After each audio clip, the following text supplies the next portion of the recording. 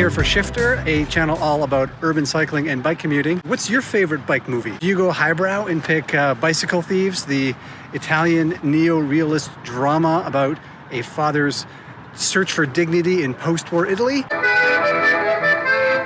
Or are your tastes a little more 80s? I am heading out right now to take in a socially distant bike drive-in version of the most quintessentially 80s bike movie of all time, Rad.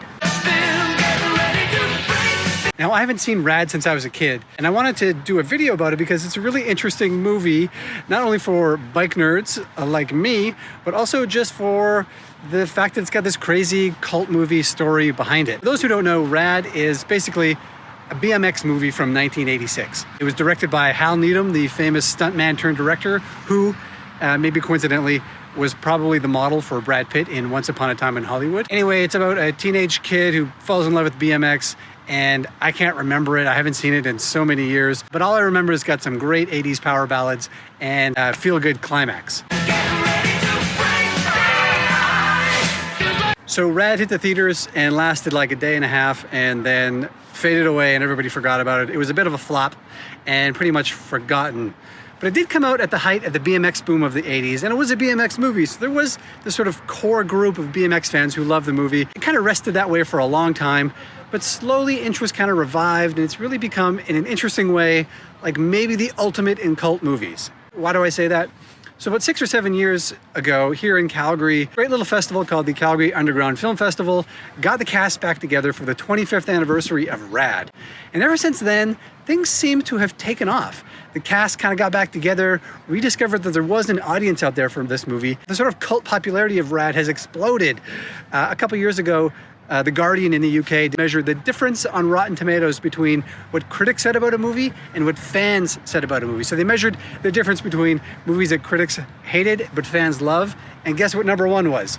It was Rad. Now it's one of those stories where people have Rad tattoos, they name their kids after characters in the movies. There's so much interest in it that the movie's been remastered into 4K and it's been re-released. And here again at the Calgary Underground Film Festival, they're doing another screening, and it's an outdoor drive-in, bike drive-in. So I thought, man, I gotta check this out. I'm really looking forward to seeing it. So let's go check it out.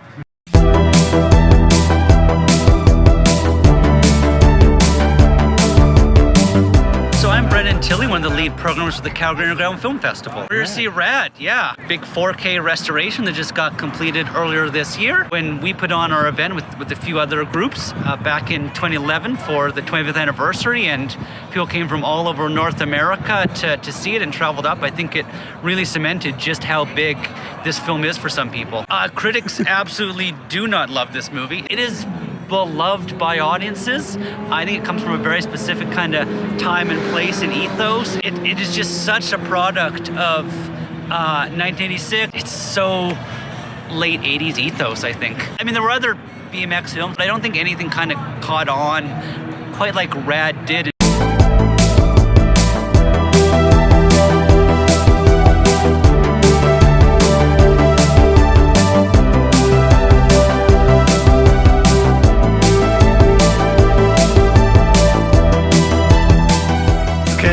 The end of Rad, and what can I say? It's a pretty fun movie. It's not going to win any prizes, and it never did, but I can see why it's a bit of a cult favorite. But like Brendan said at the beginning, I think what makes this movie so cool is not necessarily the writing or the acting or the directing, all of which is not that great. But it's just such a piece of history. It's just such a product of its time.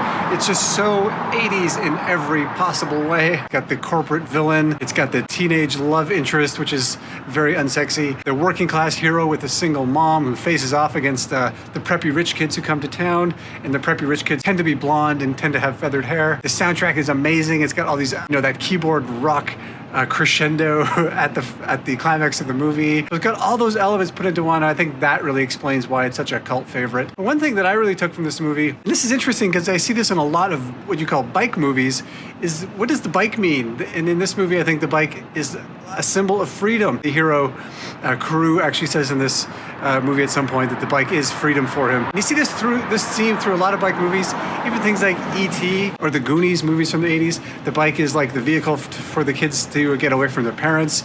It's most obvious maybe in E.T. when the bike lifts the kids away from the adults who are pursuing them. So the bike really is, in a lot of movies, a sign of freedom, which is kind of interesting because the bike means freedom to a lot of us too.